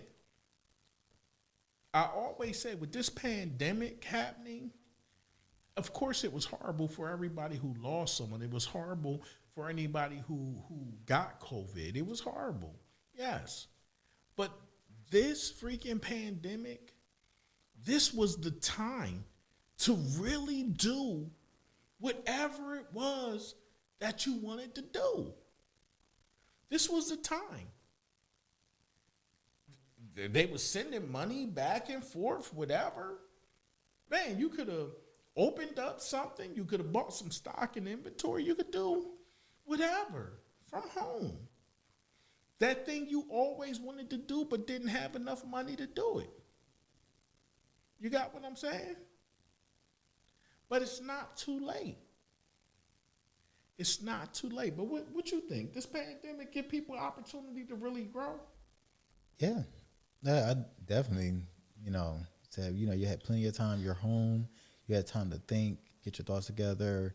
Your ideas, try to figure out your skill. You even had a chance to try something and see if that was something you really wanted to do. Like you said, we still in that window where if you would have tried something and it failed, you could have tried the next thing, one of your ideas you wanted to do, and still went through. Because once it's done, to me, it's not really don't have no excuse, you know. What I mean? Yeah. Now I didn't get shit, but I worked through the whole thing. But you know what I mean? I still was able to make time to try something more, get more in debt with things and things like that. Like me, my thing was I would have went and got my CPA. You know what I mean? But I wasn't fortunate to get anything, so I couldn't get it. You know what I mean? So I'm gonna try it this year, you know, in a couple of months to try it again. Hopefully, you know what I mean, I'll be able to do it. But yeah, people had plenty of time. There's, to me, was no excuse. I mean, people who never even got money made money that they never made before in their life. You know what I mean? During the pandemic, and you know, Man, it's still people getting like a rack of food stamps. Man, let me tell you something. If you ever wanted to try to make money off your cooking, this was the time. But buy a case of leg quarters, do some jerk or something, you know, barbecue, something. You know what I mean? And but this would tell you right here if your cooking is as good as you think it is. For real. For real though. You know what I mean? The whole time. It's people who you could have like got your business, did your LLC and all of that jazz. And if you did your LLC, you could file taxes at the end of the year. So what if you didn't make that much money? You can file taxes and expense that and shit. Yeah, that lost. Yeah, your business could be legal. Your business could be legal. You know, and I think it only costs like what, $250, between $250 and $400, something like that. I can't remember. What for what? To get the LLC, your EIN, and all that jazz, like all the associated costs and stuff. Like, shit, you could have did that. Like, and at least said, yo, I got my business is legit. Here it is. Boom. Saved up your receipts for everything you did. Filed your taxes at the end of the year. Reported your loss and still made your money. All I'm saying is, just because the pandemic slowed things down, it didn't stop life. It can't stop you from creating. It can't stop you from growing. That's it. That is it pretty much. So, I guess I'll share a piece of poetry, you know? Yeah. Let me see. Ain't got a piece of poetry. I've been doing this, trying to put things in my notes, and I'm going to read. Oh, you're going to read? Wow. Ooh. I don't even know. Oh, this was back in the day. Okay. Oh, no. That's empty. Let's see. Okay. This is called me. This is called, no, don't pay no attention to me. This is called What If. Now, I wrote this poem it's so funny how you write stuff and sometimes things in life happen and it makes what you wrote even more relevant. Like years after, like I wrote this when I was in Afghanistan, but it's called What If. What if we all awake? Excuse me. What if we all awoke this morning and found we would never see again? Faces of family and friends, sunsets at a day's end, forever lost within a world of darkness, longing for the light. There are so many aspects of sight that we take for granted. If what we see is how we perceive, then I submit to you the notion that sight holds us back. It's a fact that before someone says a word, puts together nouns, vowels, or verbs, an opinion is formed solely from sight. And it does not really matter if it's wrong or right. The mind starts creating self-fulfilling prophecies. You can go to social media and piece together my life, yet still never truly know me. Does it really matter if I'm poor or rich, black, white, brown, or red? Your eyes allow you to even judge the grade of hair that's on my head. But what if? What if what I said happened, you know, about the world going blind and sight was no longer through the eyes, but rather a state of mind? No more judgment based on appearance, possession, or even the color of skin. Seen only for your ability to love, willingness to understand, and capacity for compassion. What if? What if we were no longer bound by race, creed, and nationality? would we really miss the ugliness our eyes allow us to see?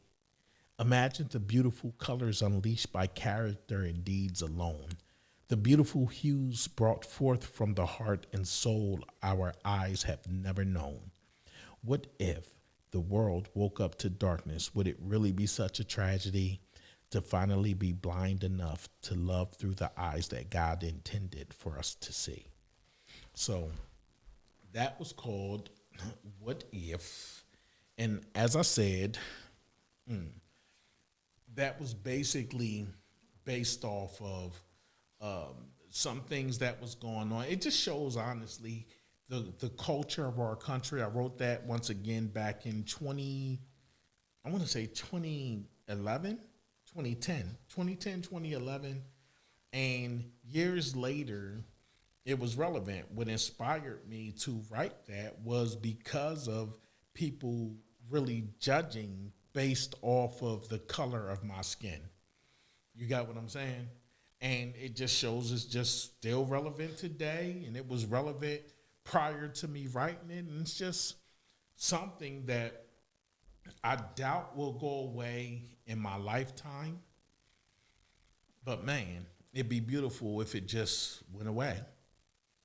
I'd appreciate it anyway, you know. But other than that, prior to me even writing poetry, I always wanted to sing. I don't do so well doing it, but I can carry a note. I can carry, stop looking like that, bro. I can carry a note. See. Oh, one day when the glory comes, it'll be ours. It'll be ours. Yo, I'm telling you, one day I'll have it. Then when I drop my record and go triple platinum, you gonna wish you knew me. Yo, I miss being young, I swear. So anyway, we don't have too much left. We don't have too much time left. So what I'm gonna do is get into these final thoughts, and I'm gonna pass the mic over to Ro. Any final thoughts about tonight's conversation, Ro? Yeah, just that everybody just, I feel like when you have a business, especially a small business, that everybody should, consider, working together. If you see, don't be afraid that to branch out and do something that you want to do because someone else also already have done it. And you're like, oh, this person already done it, let me find something else. Nah, I think that, you should go reach out and try to, collab with them if you can, and, get some information. Y'all could both bounce ideas off each other instead of, becoming a competition. Instead, and if it does become a competition, it should be good competition where, like how Mike said, be like, hey, I don't do this, but that person does, and things like that. And that works out as well. Yeah, and that's pretty much it. I mean, that's all you need to do is just, be compassionate, be thoughtful, mindful of everything, and don't let other people come in to destroy it. If you have a good relationship with another business that's similar to yours, or any other business, but especially the one that's similar to yours, do not let other people persuade you like the other business, like you should do more and do all this and things like that. Because that also comes to hurt the community. Like, you got strong-minded people, but one in the business, they have one of the weak-minded. So of course they're going to attack. Like they say, the devil, they attack the weakest one, and they go after that person and try to stir up trouble. So just be mindful of that stuff. Damn. All right, I'm going to hit y'all with one more poem, and I'm going to get into my final thoughts. So, back in the days when I was young, I'm not a kid anymore, but some days I sit and wish I was a kid again. Back in the days when I was young, I'm not a kid anymore, but some days I sit and wish I was a kid again. Sometimes I wish I could go back to the days where we actually had a group of real friends, where family was family through thick and thin. Back when you were broke, you always had help when it came to where ends meet. In the streets, your peeps was your brother. Under covers, your woman was your one true lover. In your heart, Sunday dinners were the place that your heart could heal. We always made time for home cooked meals. All qualms were laid to rest. Back when everyone was discreet with the pains they shared. Never needed therapy because grandma was always there. Trembling hands and secure hugs were all we needed to know that we were loved, because it was cool to be that way back in the day. Can it be that it was all so simple then? Street lights coming on and mama yell out, it's time to come in. Start running to beat the last light home. You better bring your black ass in. Home was always home. Even if the whole world rejected you there, you were never alone. That was how it used to be. If you want to harm my brother, best believe you got to go through me. Banana seats, plastic roller skates, fire hydrants, first dates. When summer rolled around, it was on. Red light, green light, 1, 2, 3. I got new sneakers. You can't run faster than me. I often wonder about the cursing I hear that kids do 12 a.m. nowadays in the streets. If I had one wish in this world, I would pray to be hurled back to the day where boys were boys and girls were girls. Back in the day, how much I miss thee. Because back in the days when I was young, I'm not a kid anymore. But some days I sit and wish I was a kid again. Back in the days when I was young, I'm not a kid anymore. But some days I sit and wish I was a kid again. So that was that. My final thoughts on our topic this evening. So, one of the biggest problems that I find in our community, and it's funny, I never really paid attention to it until I started doing business. I never paid attention to it until I started shaking and moving and making things happen, until I started living what I thought was my dream. I never really paid attention to it, how much movement you make or you create, and how all of a sudden your brother becomes a parachute, man. It's just holding you back. It's not like you falling from a plane and he's landing you safely to earth. You standing on the ground and he waiting for a big gust of wind so he can grab onto you and pull you backwards. It's just weird. And I oftentimes thought to myself, how did we get to this space? How do we get to this space? I guess I can assume how we got here. I could say through slavery, through Jim Crow, through pig laws. I can say, through unfair treatment and disparity. I can say through, lack of opportunity, lack of education, lack of tools just to survive. I could say it's from our school districts being as run down, or from the unfair treatment in the court systems. I can blame so many things that put us here. But when I look at us doing business, none of that affects or should affect how you treat me and how I treat you. None of that should intervene in our world of growth. If you truly want from me what you want for yourself, and if I truly want for you what I want from me, then we should be able to elevate together. We should be able to evolve. We should be able to talk.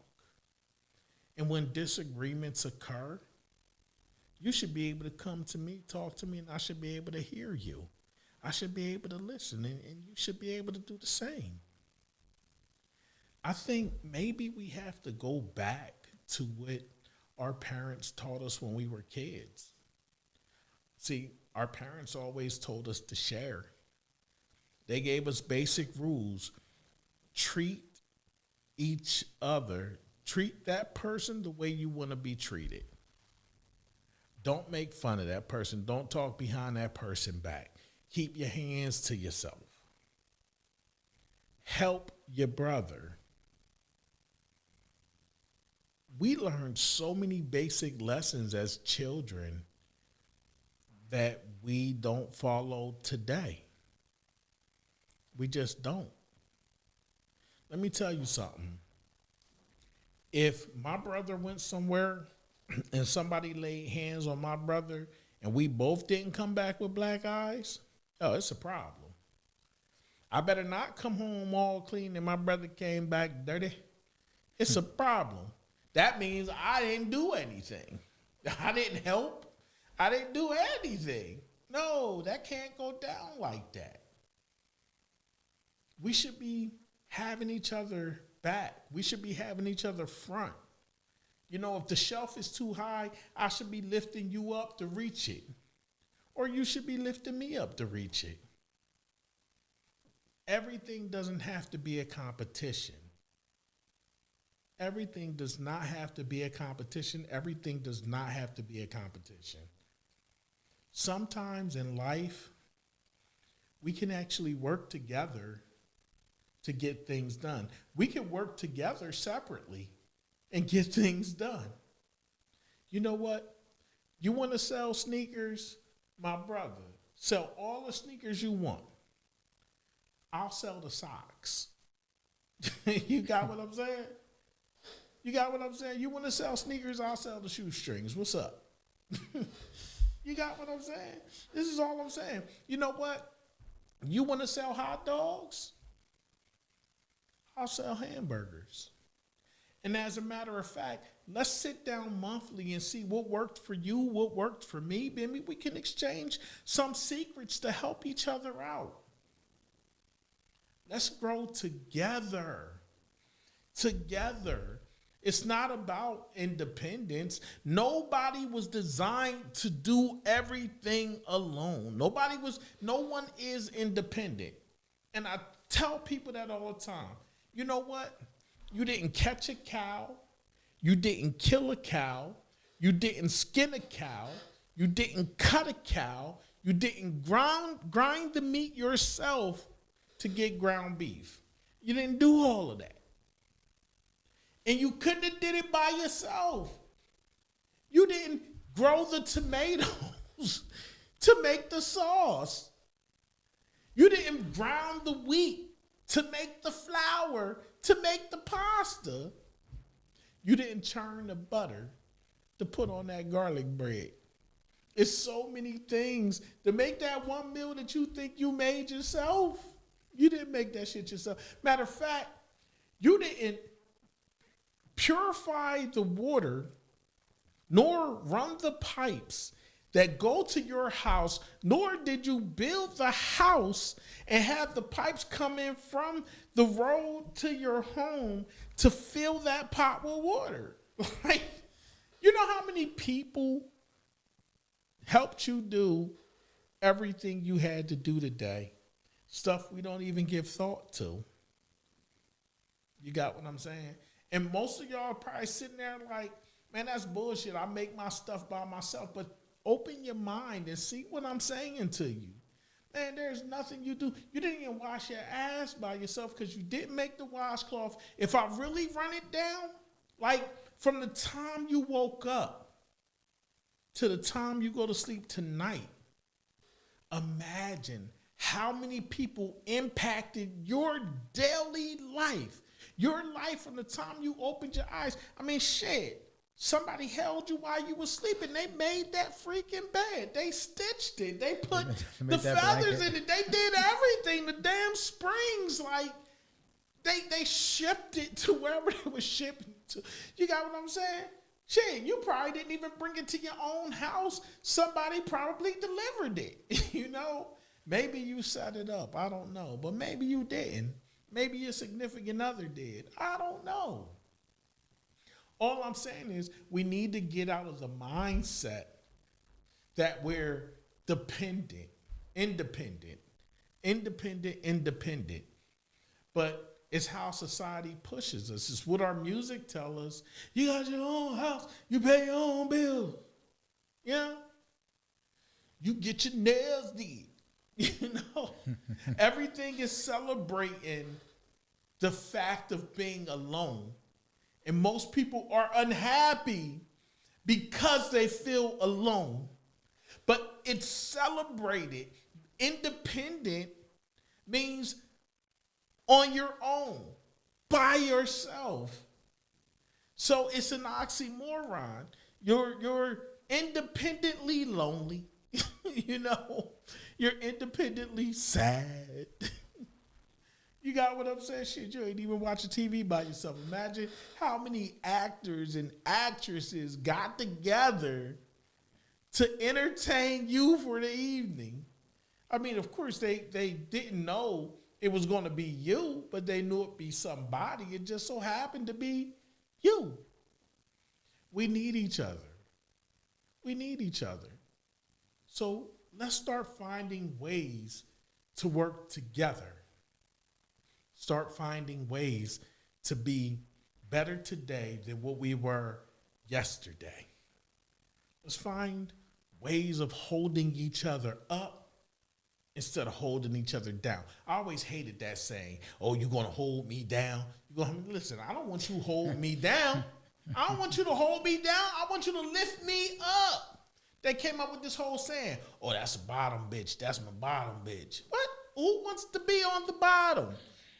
All the weight is on top of you. I want to be on top. You know? I'm just saying. But anyway, I appreciate y'all coming out this evening to watch us. You want to say bye to the people? All right, see y'all. So always find a reason to smile. Always find a reason to laugh. It's way too much bullshit going on in this world not to. Love you.